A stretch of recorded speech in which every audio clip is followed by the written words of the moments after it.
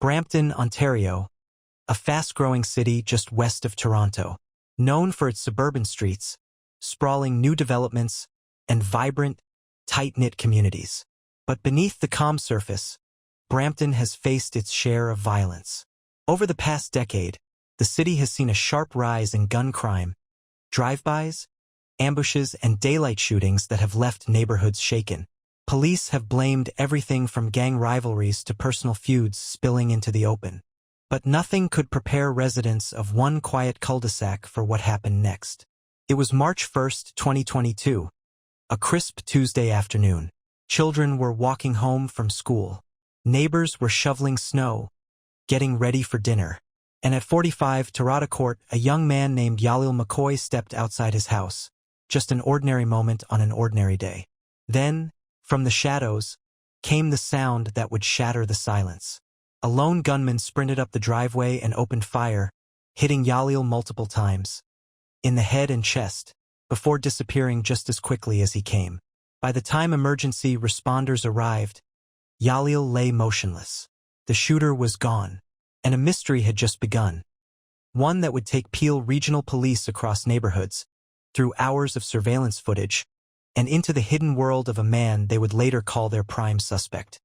Officers combed the front yard and driveway, where they discovered 2 unfired 9mm rounds, 1 copper-tipped, 1 blue-tipped. Nearby were dozens of spent shell casings, all linked to 3 specific ammunition brands: Hornady 9mm Luger, Hornady plus P20, and FC 9mm Luger. At the autopsy, the medical examiner pulled out fragments, some copper, some blue, exactly matching those casings. This mix of ammo was rare, almost like a fingerprint. Whoever used this gun had a very particular setup. Detectives turned to nearby CCTV footage. What they saw was chilling. A man, dressed darkly, is seen running toward Jahleel's home, followed by the crack of rapid gunfire. Then screams. Moments later, the same figure sprints away, and seconds after, a white delivery van pulls off camera. The van wasn't just any van.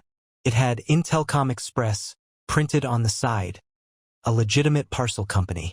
But this one wasn't delivering packages. Within minutes, police found the Intelcom van abandoned only a few kilometers away. Inside, they found no driver, no gun, nothing, just silence. Surveillance footage pieced together the van's route that day. It began its morning near 33 Poppy Bloom Avenue, about 10 kilometers from the murder scene. Around 11 a.m., a man was seen leaving 28 Bison Run Road, walking to the van, and driving off. Police traced that address, and it belonged to Tylan Singh, who lived there with his parents. Even more suspicious, footage from the day before the shooting showed the same Intelcom van arriving in tandem with a black sedan. At one point, the van's front end collided with the sedan's side, and later, both vehicles were seen parking in the same neighborhood. Singh, police would soon learn, owned a black BMW sedan. On March 15th, detectives conducting surveillance watched Singh drive that BMW into his garage. They noted damage on both vehicles, the BMW and the Intelcom van, consistent with the earlier collision.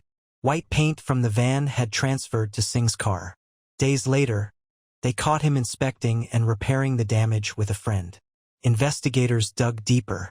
Singh's phone records revealed an eerie gap.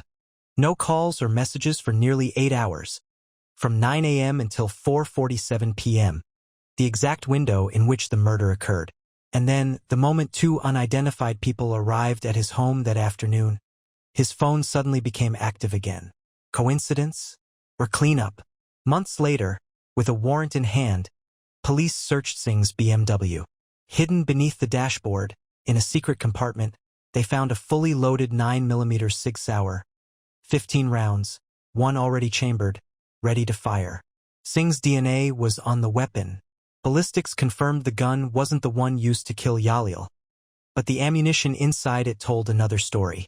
The bullets were the exact same rare combination as those found at the murder scene. Copper-tipped, blue-tipped, Hornady and FC Luger rounds. The same strange mix that killed Jahleel McKoy. Armed with mounting circumstantial evidence, Peel Regional Police moved in, On May 26, 2023, over a year after the shooting, Tylan Singh was arrested and charged with first-degree murder. Prosecutors argued the ammunition and surveillance footage tied him directly to the crime, especially since one of the ammo types found in his gun was considered rare, something few shooters ever used. The defense, however, pushed back. They claimed the CCTV was too blurry to identify Singh. Eyewitnesses had given inconsistent descriptions. Some even said the shooter's build or skin tone didn't fully match. And the gun found months later? It wasn't the murder weapon. Was it really enough to prove Singh pulled the trigger?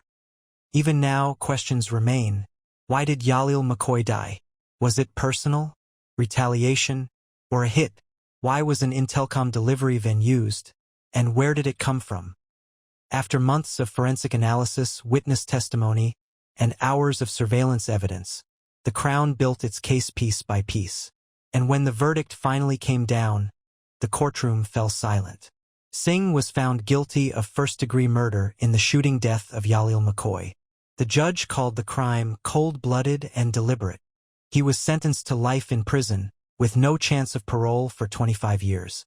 For the people of Brampton, justice had finally been served. But the memory of that afternoon, the flash of gunfire on a quiet suburban street, still lingers. Because behind the headlines was a young man whose life was stolen in broad daylight, and a killer who thought he could disappear behind the wheel of a delivery van.